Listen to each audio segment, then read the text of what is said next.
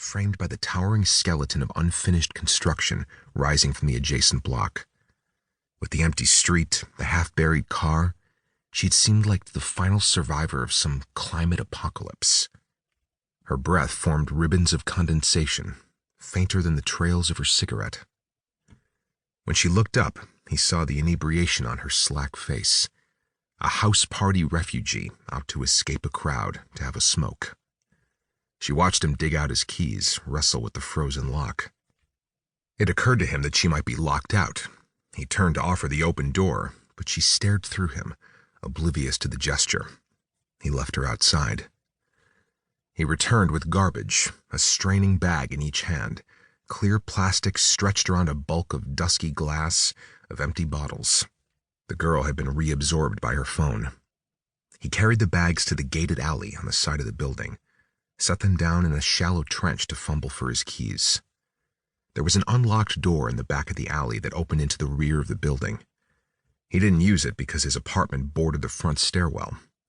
The key ring was caught in the lining of his jacket. He tugged viciously. The thread snapped, the keys tumbled through his numb fingers and thumped into the snow. He put the bags down and bent to pick them up. He hadn't heard the footsteps until they were on top of him. He spun and raised his arms, a large, violent motion. It was the blonde.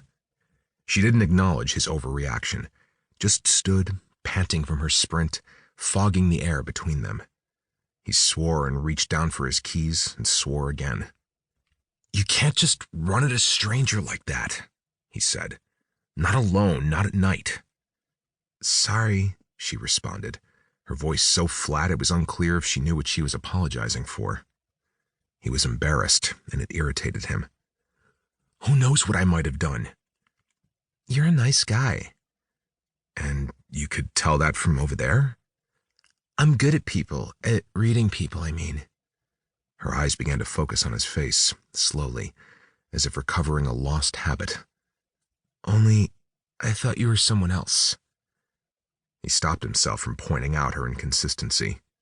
It didn't matter, not in her current state. She had lapsed into a world of moment-to-moment truths. "Do you live here?" she asked. "Yeah." "It's like a really great building." Her voice was nasal and high, the ends of the words tapering into each other in a way that flouted the integrity of their borders, that threatened their meaning. It was the voice men do when performing a specific type of 20-something white girl, a voice that didn't quite fit her face. He wondered if she always talked that way. He wondered if she was doing it for him. He unlocked the gate. "It's all right." "I'll come with you." He looked at her and then into the alley. The darkness waited for them to give it shape. He stepped aside and followed her in. "We should, hang out," she said. "Okay." The gate rattled shut behind them. The lock clicked into place. The motion sensor triggered, and the lights came on, revealing the narrow, dirty walls, the rows of cans, plastic and tin. Several bags had already been sorted and were heaped in a corner, crusted with snow. She continued talking without saying anything. He opened a bin beside her narrow hips. "So we should definitely hang out then," she repeated. Her phone began to flash, not just the device, but the case as well, garish and emphatic. She brought it unsteadily to her face and began to pluck at the screen.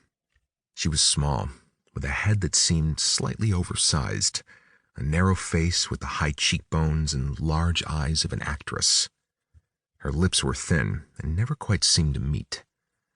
Lifeless blonde hair fell from her knit hat. The ends brushed her collarbones. She wore leggings beneath her skirt, long sleeves but no coat. She hadn't intended to stay outside long. Her fingers shimmered with meaningless rings. He tried to imagine her sober in the daylight, but couldn't fix her into place. She seemed to slip between possibilities. "I have to send this text," she said, concentrating. "But you could probably, kiss me when I'm done." He looked to see if she was joking.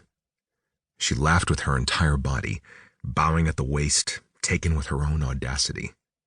"I mean, if you, want to. Whatever." "How much have you had to drink tonight?" "Me? Look at